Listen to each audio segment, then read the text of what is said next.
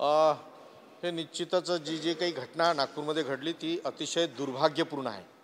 मी सर्वप्रथम तर तिथल्या जनतेला आवाहन करेल की आपण शांततेनं राहावं आणि ज्या पद्धतीनं आपण गुण्यागोविंदाने आतापर्यंत नांदत आले त्याच पद्धतीनं आपण राहावं, हे मी प्रथमतः आवाहन करेल. पण जे तुम्ही प्रश्न विचारला की हे काही जे कुठं चाललं राजकारण, तर मी निश्चित असं म्हणेल की सत्ता पक्षाकडून जे काही कायद्याने शपथ घेतलेली काही माणसं आहेत, जी काही मंत्री आहेत, ती मंत्री असतील किंवा अन्य कोणी असतील, त्यांच्याकडून जे वारंवार बयानं येत आहेत ती अतिशय चुकीचं आहे. आणि त्या चुकीच्या बयानामुळे त्यांना कुठं पायबंद नसल्यामुळे वारंवार चितावणीखोर बोलत असल्यामुळे ह्या अशा घटना उजागर होतात. निश्चितच सरकारनं याकडे लक्ष देणं गरजेचं असते.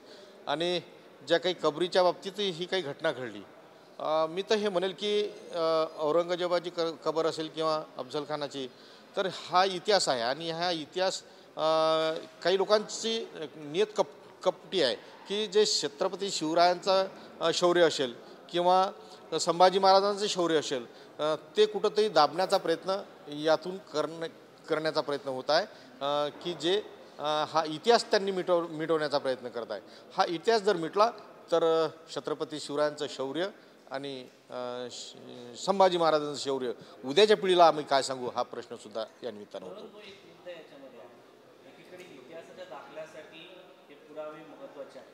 मात्र जेव्हा तुम्ही पुराव्यासंदर्भात बोलत असता तेव्हा तुम्ही औरंगजेब समर्थक आहे काँग्रेस असं दाखवण्याचा प्रयत्न राज्याच्या जनतेसमोर, देशाच्या जनतेसमोर भासवला जात आहे. याबद्दल काय सांगता? हेच आमचं दुर्भाग्य आहे की आम्ही छत्रपती शिवरायांचं शौर्य सांगतो, तर कुठंतरी त्या शौर्याला इतिहास असला पाहिजे ना. मग शौर्याचा इतिहास असेल तर मग औरंगजेबाचे नाव घेतलं तर त्यांना आम्ही औरंगजेबाचे वंशज वाटतो. म्हणजे हे कुठंतरी यांचं चुकीचं आहे आणि हा आरोप चुकीचा आहे. आणि विशिष्ट समाजाला टार्गेट करून जे काही आज राजकारण करत आहेत ते त्यांची नियत साफ नाही. एखाद्या विशिष्ट धर्माला त्यांनी टार्गेट करू नये. अशा पद्धतीनं राजकारण करून उद्याचा जो पुरोगामी महाराष्ट्र आहे तो कलंकित होऊ नये, या निमित्तानं ही इच्छा आहे. राज्याचे मुख्यमंत्री आहेत, त्याचबरोबर गृहमंत्री आहेत आणि पूर्ण राज्याची शांतता व्यवस्थेची जबाबदारी त्यांच्यावरती आहे. मात्र त्यांच्या होम टाऊन असलेल्या नागपूरमध्ये ही घटना घडते, हा त्यांच्यासाठी सूचक इशारा म्हणून पाहायला पाहिजे त्यांनी. नाही, घटना कुठं घडली हा महत्त्वाचा प्रश्न नाही, पण घटना का घडली याकडे त्यांनी लक्ष देणं पाहिजे. कारण काही नागपूर म्हणजे त्यांचं गाव नाही किंवा नागपूर म्हणजे त्यांचं हे नाही, तर संपूर्ण महाराष्ट्र हा त्यांच्या नेतृत्वाखाली आहे आणि संपूर्ण महाराष्ट्र त्यांच्या नेतृत्वाखाली असल्यामुळे पूर्ण महाराष्ट्रात त्यांचं लक्ष असलं पाहिजे की जेणेकरून अशा वारंवार घटना घडू नये. आणि त्यासाठी त्यांनी आपल्याच जे कायद्यानं शपथ घेतलेले मंत्री आहेत त्यांनासुद्धा समज दिली पाहिजे.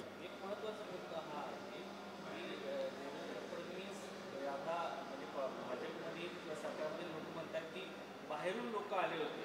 आता बाहेरून जर त्या ठिकाणी लोक आले असं जरी म्हटलं तरी हे शासनाचं अपयश आहे, गृहखात्याचं अपयश आहे. हो, याला तर जर ते असं जर म्हणत असतील तर बाहेरून लोक आले आणि एवढ्या उशिरा जर ही घटना घडते आणि अशा पद्धतीनं जर घटना घडते तर याला निश्चितच त्याचं जे काही त्यांच्या जे एजन्सी आहेत यांच्या या एजन्सीचं किंवा त्या गृहमंत्रालयाचा अपयश आहे. ओडिसाचे भाजपचे खासदार प्रदीप पुरोहित यांनी असं म्हटलंय की पंतप्रधान नरेंद्र मोदी यांचा पूर्वजन्म छत्रपती शिवाजी महाराज.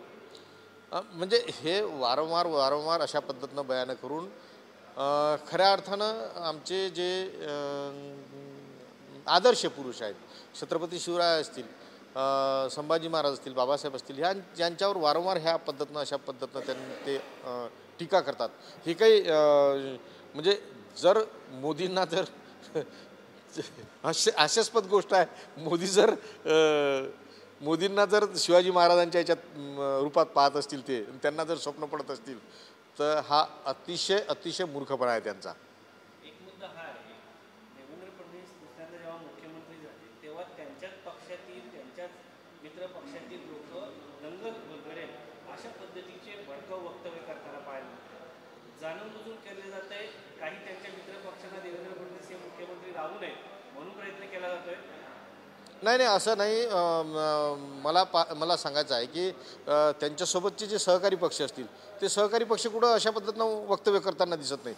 पक्ष फक्त वक्तव्य करतात ते देवेंद्रजींचे सहकारी म्हणजे सहकारी लोक, सहकारी त्यांचे मंत्री जे की त्यांच्यासोबत आहेत, त्यांच्या पक्षाचे आहेत, हे लोक करतायत.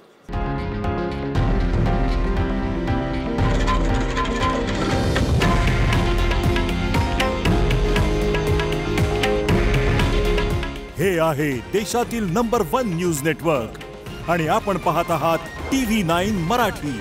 काळजी तुमची, हित महाराष्ट्राचं.